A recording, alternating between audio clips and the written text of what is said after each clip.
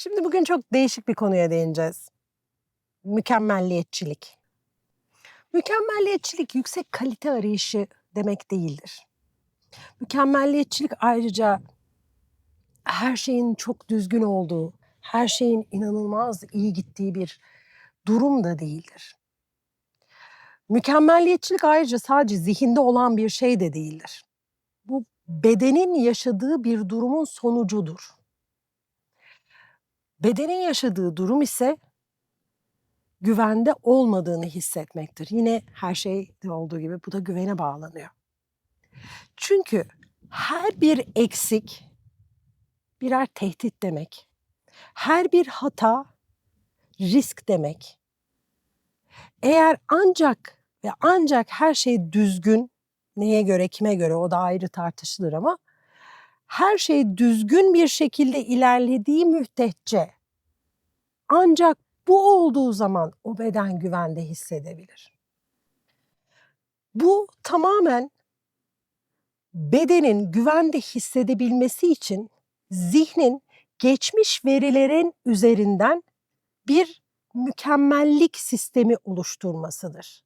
Aslında mükemmellik değil, bir konfor, bir güven sistemi oluşturmasıdır. Burada hataya yer yoktur. Burada herhangi bir şeyin eksik bırakılmasına yer yoktur. Hani illa mükemmelliyetçilik deyince böyle büyük iş adamlarını falan düşünmeyin. Ya da bir dakikalığına şöyle bir oturup "Oh!" diyememek. Sürekli bir şey aramak, sürekli bir hareket halinde olmak. Geçmişte bir dönemde beden olduğu haliyle ve olduğu şekliyle kabul edilmediğini, güvende olmadığını hissettiği anda o güveni yaratacak ortamları ve durumları oluşturma çabasına girer. Tek başına hissettiğinde bu duruma geçer. Yani bu ancak ve ancak mükemmel olursam hayatta kalabilirim demek oluyor. Bu bir hedef değil yani mükemmel olmak. Bu bir regülasyon çabası. Daha fazla kontrol et, daha fazla düzelt, daha fazla çabala. Ancak bu sayede güvende hissedebiliyor beden. Peki bu dışarıdan nasıl görünür? Aşırı kontrol, sürekli hata arama, sürekli düzeltme, sürekli bir hareket halinde olma, erteleme, bitirememe. Peki içeride ne oluyor o sırada? Daralma, sürekli kasma kendini, nefes almakta zorluk, yani tetikte olmak, yani sempatik sistemde olmak. Mükemmelliyetçilik bir kalite arayışı değildir. Mükemmelliyetçilik bir güven arayışıdır. Peki bunu zihnen kabul etmemiz bizim ne işimize yarayacak? Yani biz çokça konuşabilirim ben burada yani kime göre neye göre işte doğanın ortasındayız. Ne düzgün ne simetrik hiçbir şey öyle değil. Bunları konuşalım. Olay zihinde değil. Zihnen biz bunu anlayabiliriz. Zihnen biz bunu kabul edebiliriz.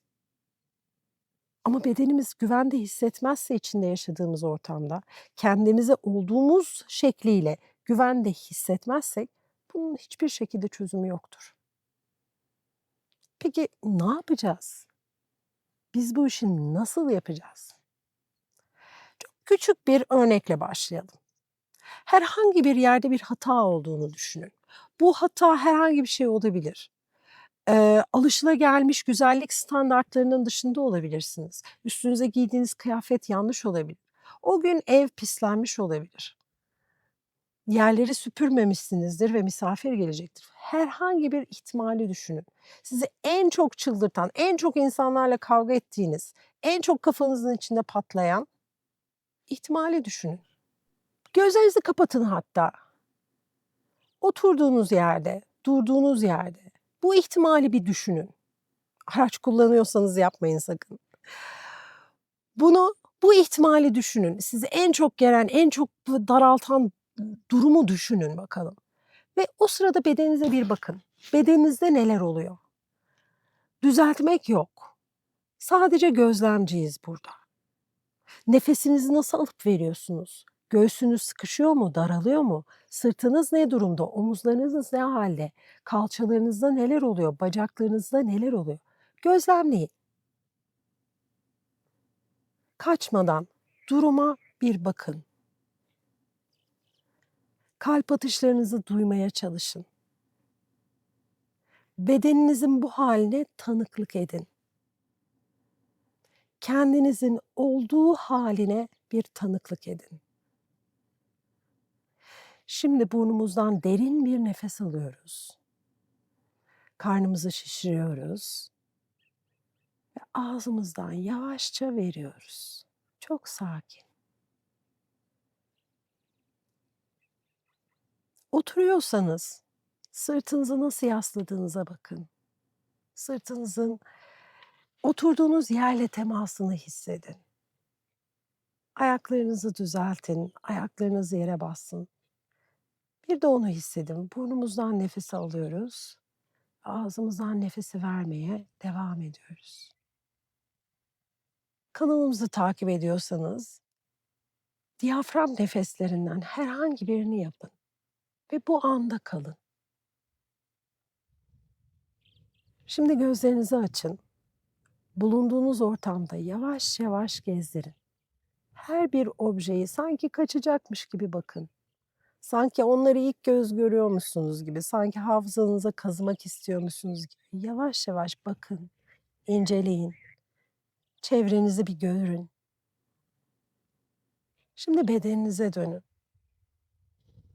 Bir hata ihtimali vardı. Her şey korkunçtu. Duygusalleri her yerdeydi.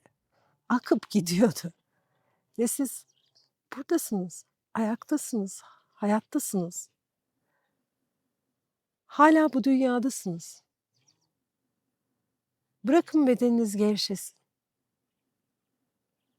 Bırakın hatanın içinde kalabilin.